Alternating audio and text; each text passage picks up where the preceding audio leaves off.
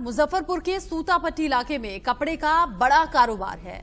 यहाँ कारोबारियों की स्थिति बेहद खराब है। यहाँ रंगदारी मांगने का चलन आज भी चलता है। लॉ एंड ऑर्डर की स्थिति खराब होने की वजह से ही व्यापारियों में डर का माहौल है। ईज ऑफ डूइंग बिजनेस सिर्फ कागजों पर दिखाई देता है। ऐसे में नगर विकास मंत्री सुरेश शर्मा से नाराजगी लोगों की साफ साफ झलकती है। शुभ्रा सुमन की ये रिपोर्ट पहले आप देखिए। मार्केट में ये मार्केट बहुत खास है क्योंकि मुजफ्फरपुर का नाम जब भी आता है तो इसे बिहार के औद्योगिक केंद्र के तौर पर जाना जाता है और सूतापट्टी वो मार्केट है जो कपड़ा कारोबार के लिए पूरे देश में जाना जाता है। एक बार आप इस मार्केट की तस्वीरें देखिए और जो सड़कों की स्थिति है वो देखिए, क्योंकि यहाँ पर दूर दूर से लोग आते हैं कपड़ा खरीदने के लिए, साथ ही यहाँ से कपड़े की सप्लाई भी होती है। स्मार्ट सिटी बनाने का सपना मुजफ्फरपुर के लोगों को दिखाया गया, लेकिन यहाँ तक कि सूतापट्टी के इलाके में भी जो हाल है ये आप देख सकते हैं। मैं आपको बता दूं कि सूतापट्टी का इलाका एकमात्र ऐसा इलाका है पूरे देश का जहां पर कोई उत्पादन नहीं होता, लेकिन कपड़े के ट्रेड के लिए ये जाना जाता है। यहाँ से दूर दूर तक देश के अलग अलग इलाकों में कपड़े की सप्लाई होती है और यहाँ पर आता है जो कपड़ा वो भी बहुत अलग अलग जगहों से आता है। वैरायटी यहाँ पर काफी है। हजारों परिवार हैं, हजारों कारोबारी हैं जिनका पूरा जो काम है इसी कारोबार पर टिका हुआ है और उनकी रोजी रोटी इसी से चलती है। इसके साथ ही न सिर्फ कारोबारियों के लिए बल्कि मजदूरों के लिए भी बहुत महत्वपूर्ण ये पूरा इलाका है, क्योंकि बिहार के आसपास के इलाकों से आए हुए 15,000 से भी ज्यादा मजदूर यहाँ पर काम करते हैं।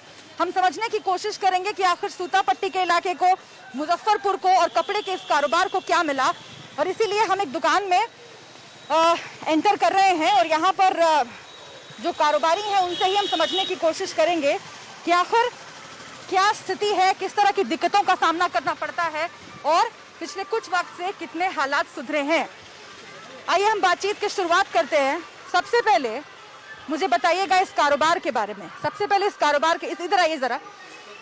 सबसे पहले इस कारोबार के बारे में बताइएगा कि आखिर इतना बड़ा ये मार्केट है, हजारों दुकानें हैं, 100 करोड़ से भी ज्यादा का टर्नओवर आप बता रहे हैं एक महीने का। कहाँ से कपड़ा आता है, कहाँ सप्लाई होती है? यहाँ कपड़ा आपको सारे हिंदुस्तान से आता है। बॉम्बे, अहमदाबाद, सूरत, बनारस, कलकत्ता और भी बहुत सारे जहाँ प्रोडक्शन हाउसेज हैं वहाँ सारी जगहों से कपड़ा आता है। और जहाँ जाने की बात है तो थ्रू आउट नॉर्थ बिहार और कभी कभी ऐसा होता है कि यूपी के भी कसम पार्ट्स में हमारा कपड़ा जाता है। अच्छा, एक बार ये जरा दुकान में दिखाइए कि किस तरीके से अलग अलग तरह के कपड़े यहाँ पर अवेलेबल हैं और पूरे मार्केट में इस तरह की हजारों दुकानें हैं। किस किस टाइप के कपड़े यहाँ पर आते हैं? यहाँ सभी तरह के कपड़े आते हैं। हिंदुस्तान की कोई मंडी ऐसी नहीं है, कोई मैन्युफैक्चरर ऐसा नहीं है जिसका कपड़ा इस मंडी में ना आता हो। ये हिंदुस्तान का सबसे बड़ा कंज्यूमर मार्केट है, होलसेल कंज्यूमर मार्केट। पूरे नॉर्थ बिहार और एटलीस्ट पूरे बिहार, यूपी, बंगाल, नेपाल सब जगह कपड़ा यहाँ से सप्लाई होता है।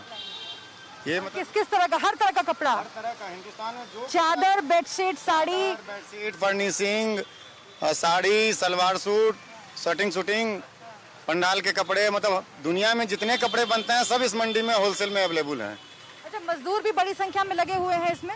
कितनी बड़ी संख्या में होंगे? कहाँ से आते होंगे यहाँ पर? यहाँ दिल्ली, आगरा, कलकत्ता, बोचाहा, पटियासा, ये सब जगह से आते। कितना मजदूर लगे हुए होंगे पूरे कारोबार? लाखों से ऊपर लगे हुए हैं।